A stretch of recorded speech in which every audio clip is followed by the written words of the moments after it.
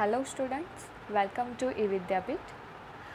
Today we are going to discuss about the topic of chapter number 3 statistic, differentiation and partial differentiation. मतलब कि इस chapter के अंदर आपको डेरिवेटिव सीखना है और आप जो डेरिवेटिव करोगे उसका आपको डबल डेरिवेटिव करना है। उसके कुछ बेसिक फार्मूला है जो हम पहले देख लेते हैं कि कौन कौन से फार्मूला आपको यूज़ करने पड़ेंगे। तो सबसे पहला फार्मूला है y is equal to x की पावर n। अगर आपको याद हो तो हमने डेरिवेटिव्स के फार्मूला किया था, उसके अंदर डेरिवेटिव का जो फार्मूला था वही सेम फार्मूला है। अब मान लो कि x की पावर यहाँ पर n है तो क्या करेंगे, जो भी पावर है उसे मल्टीप्लाई करना है x के आगे के जो भी नंबर हो उसके साथ और उसमें से एक माइनस करना है। जैसे यहाँ पर लिखा है x की पावर n, अब मान लो यहाँ पर लिखा है x की पावर 3, n लिखा है मतलब हम कोई भी नंबर ले सकते हैं।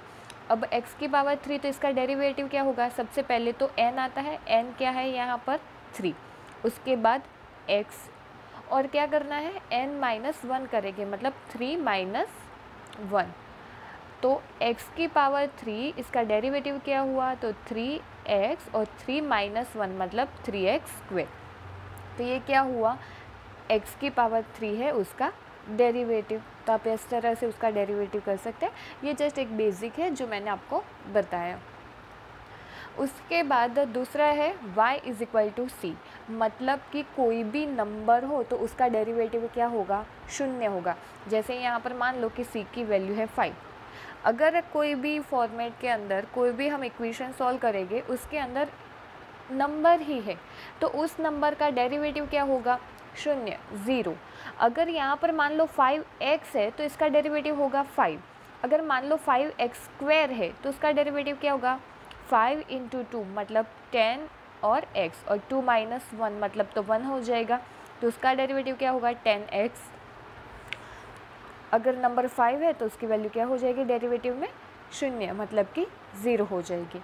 उसके बाद y इज़ इक्वल टू ई की पावर x। अगर e की पावर x है तो एज इट इज़ ही आपको रखना है, उसका कोई भी डेरिवेटिव के अंदर आपको चेंज नहीं करना पड़ेगा। उसके बाद आता है log वाली इक्वेशन। अब log इंटू x मतलब log के साथ जो भी होगा मल्टीप्लाई में हम उसका डेरिवेटिव करेंगे। अगर बड़ा सा इक्वेशन है तो पहले हम पूरे log का डेरिवेटिव करेंगे और उसके बाद जो इक्वेशन होगा उसका डेरिवेटिव करेंगे। जैसे मान लो यहाँ पर log x है तो इसका डेरिवेटिव क्या हो जाएगा, 1/x।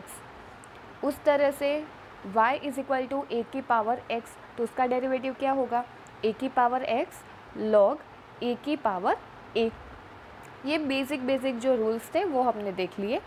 अब उसके बाद हम आते हैं क्वेश्चन पर। बुक के अंदर क्वेश्चन नंबर 30 है जिसके अंदर आपको क्वेश्चन दिया है x square plus 7xy plus 2y square.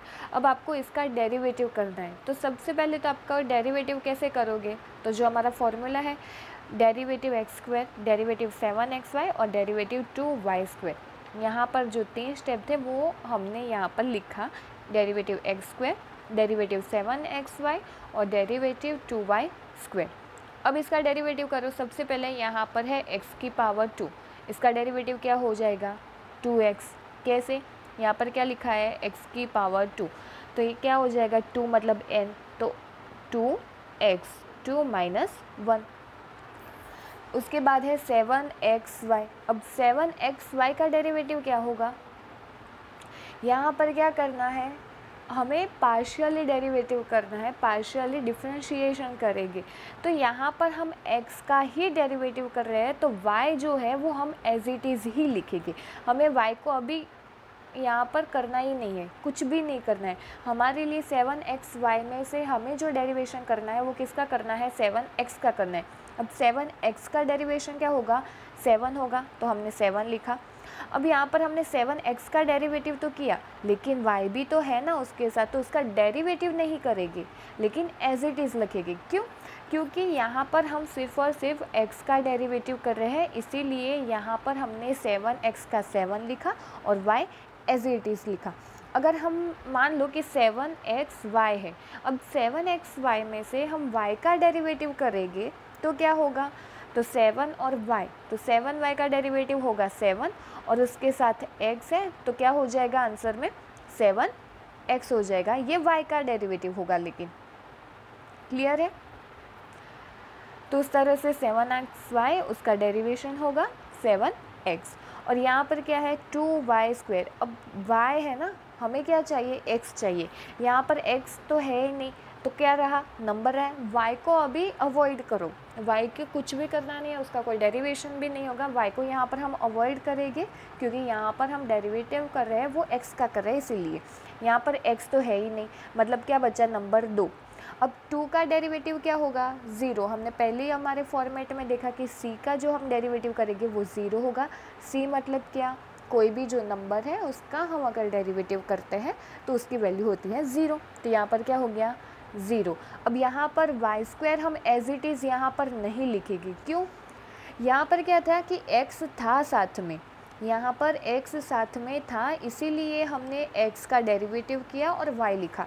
यहाँ पर क्या किया, हमने नंबर का डेरिवेटिव किया, लेकिन x नहीं है इसके साथ, अकेला नंबर है, इसीलिए y का डेरिवेटिव नहीं होगा।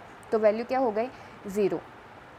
तो हमारा जो x का डेरिवेटिव था वो क्या आया, पार्शियल डिफरेंशिएशन का आंसर आया 2x + 7y। ये किसका हुआ, x का डेरिवेटिव हुआ। अब क्या करना है, इसके अंदर आपको y का डेरिवेटिव करना है। अब y का कैसे करेंगे, same method, x² + 7xy + 2y²। अब यहाँ पर क्या करना है, हमें डेरिवेटिव y का करना है। किसका, y का हम डिफरेंशिएशन करेंगे, तो अब हम y को लेंगे और x को अवॉइड करेंगे। कैसे करेंगे, सबसे पहले x² है, इसके साथ y तो है ही नहीं, मतलब हो गया 0। यहाँ पर क्या है 7xy, तो इसका मतलब क्या हुआ, 7yx तो हुआ ही। हमें यहाँ पर किसका डेरिवेटिव करना है, y का डेरिवेटिव करना है। तो 7y का डेरिवेटिव क्या होगा, 7। अब y, यहाँ पर क्या बचा, x बचा जो हम अवॉइड कर रहे थे, लेकिन उसके साथ y है। यहाँ पर हम y का डेरिवेटिव कर रहे हैं, यहाँ पर y है, इसीलिए हमने यहाँ पर क्या लिखा, x। तो आंसर क्या आया, 7x। यहाँ पर क्या था, यहाँ पर y उसके साथ नहीं है, अकेला x ही है, इसीलिए हमने उसे अवॉइड किया, जिसका डेरिवेटिव नहीं होगा वैल्यू हो जाएगी 0। यहाँ पर y था, इसीलिए उसके साथ हमने डेरिवेटिव में लिखा। अब यहाँ पर क्या है 2y², तो इसका डेरिवेटिव होगा, क्यों, क्योंकि यहाँ पर हम y का डेरिवेटिव कर रहे हैं, इसीलिए। अब 2y² मतलब क्या हो जाएगा, उसका डेरिवेटिव 2 है और y², तो आंसर क्या आएगा, 2 × 2 मतलब 4 और y, तो इसका डेरिवेटिव होगा 4y। तो आंसर में क्या आएगा, 7x + 4y। तो ये क्या हुआ, आपका पार्शियल डिफरेंशिएशन।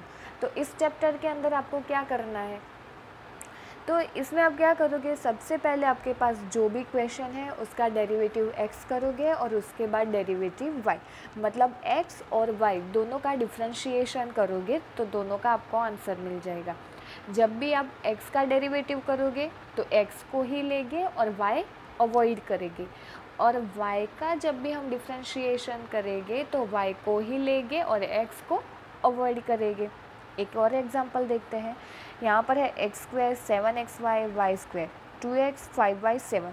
सबसे पहले डेरिवेटिव हमें करना है x का, तो अब जहाँ जहाँ पर x है उसका डेरिवेशन होगा। x² है, उसका डेरिवेटिव क्या हो जाएगा, 2x हो जाएगा। अब यहाँ पर 7xy है, तो हमें 7x का डेरिवेटिव क्या होगा, 7, और y एज इट इज़ लिखेंगे। यहाँ पर y के साथ x नहीं है, इसीलिए हम y की वैल्यू क्या लेंगे, 0। यहाँ पर 2x का डेरिवेशन क्या होगा, 2। यहाँ पर 5y, लेकिन इसके साथ x नहीं है, तो उसकी वैल्यू क्या हो जाएगी, 0। अब यहाँ पर है 7, तो 7 की वैल्यू भी क्या हो जाएगी, 0। तो आंसर क्या आया, 2x + 7y + 2। ये क्या हुआ, x का डेरिवेटिव्स। अब क्या करेंगे, y का डिफरेंशिएशन करो। y का डिफरेंशिएशन करेंगे तो क्या हो जाएगा, जहाँ जहाँ पर x है उसे हम अवॉइड करेंगे। अब x² है तो उसकी वैल्यू क्या हो जाएगी, यहाँ पर 0 हो जाएगी। फिर क्या था 7xy, तो 7xy में हम y का डेरिवेटिव कर रहे हैं, तो आंसर क्या आएगा, 7x। उसके बाद है y² का डेरिवेटिव क्या होगा, 2y। अब यहाँ पर 2x है, उसके साथ y है ही नहीं, तो y का हम डिफ्रेंशिएशन नहीं कर पाएंगे। अगर y होता तो हम x की वैल्यू लिखते, लेकिन y नहीं है तो उसकी वैल्यू क्या हो जाएगी 0। 5y की वैल्यू क्या हो जाएगी 5, और 7 का डेरिवेटिव होगा 0। तो आंसर क्या मिला 7x + 2y + 5। तो ये क्या हुआ डिफ्रेंशिएशन x और डिफ्रेंशिएशन y, मतलब x और y दोनों का डिफ्रेंशिएशन। क्लियर है आपको। उसी तरह से एक और एग्जांपल देखते हैं। जैसे यहाँ पर है 2x² - 3xy + 2y²। सबसे पहले तो 2x² उसका डेरिवेटिव करो, तो उसका डेरिवेशन अगर आप करोगे तो क्या होगा 2x²। तो 2 को मल्टीप्लाई करेंगे 2 के साथ, मतलब 2 × 2 तो 4 होगा 4x। हमारा फॉर्मूला क्या था n × x n-1। यहाँ पर n 2 है और उसके साथ n कितनी है 2, तो पहले तो दोनों को मल्टीप्लाई किया और 4 आया 4x। अब क्या करना है n-1।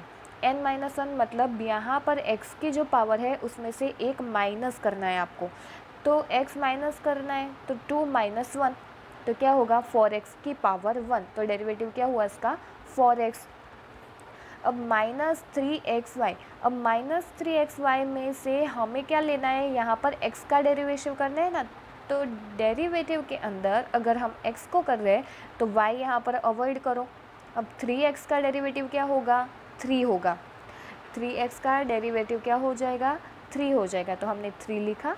अब उसके साथ y है, y हम लिखेंगे यहाँ पर एज इट इज़, क्यों, क्योंकि आगे x की वैल्यू है इसीलिए।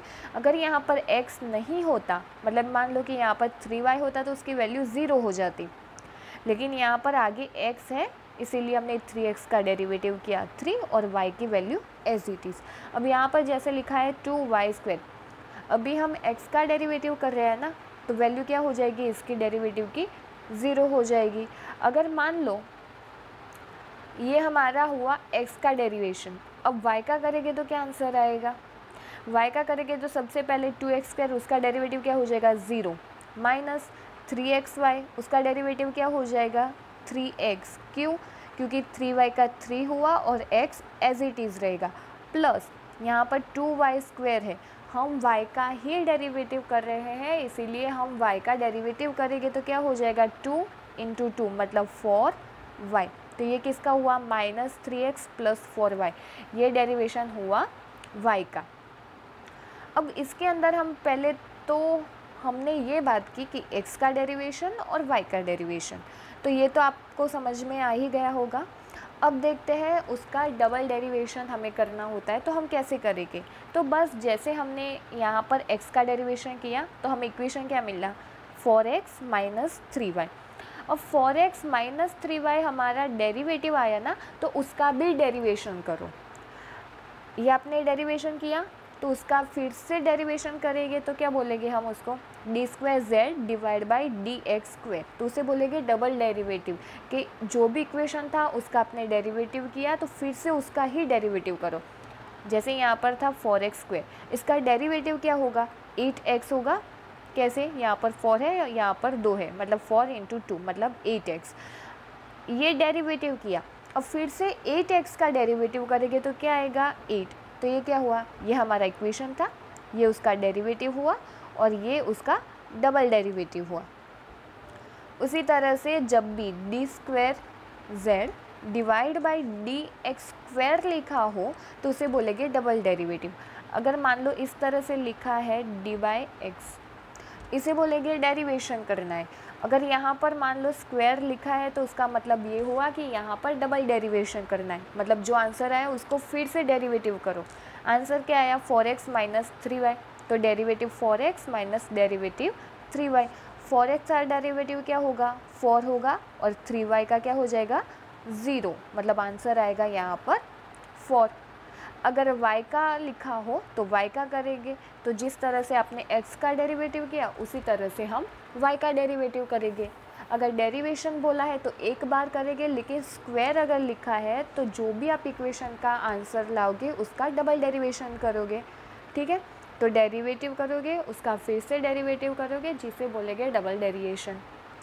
तो यहाँ तक रखते हैं। आई होप कि आपको ये जो डेरिवेटिव का कॉन्सेप्ट है वो क्लियर हुआ होगा। अगर आपको कोई भी क्वेरी है तो आप कमेंट में कमेंट भी कर सकते हैं। मिलते हैं नेक्स्ट वीडियो में। Thank you so much.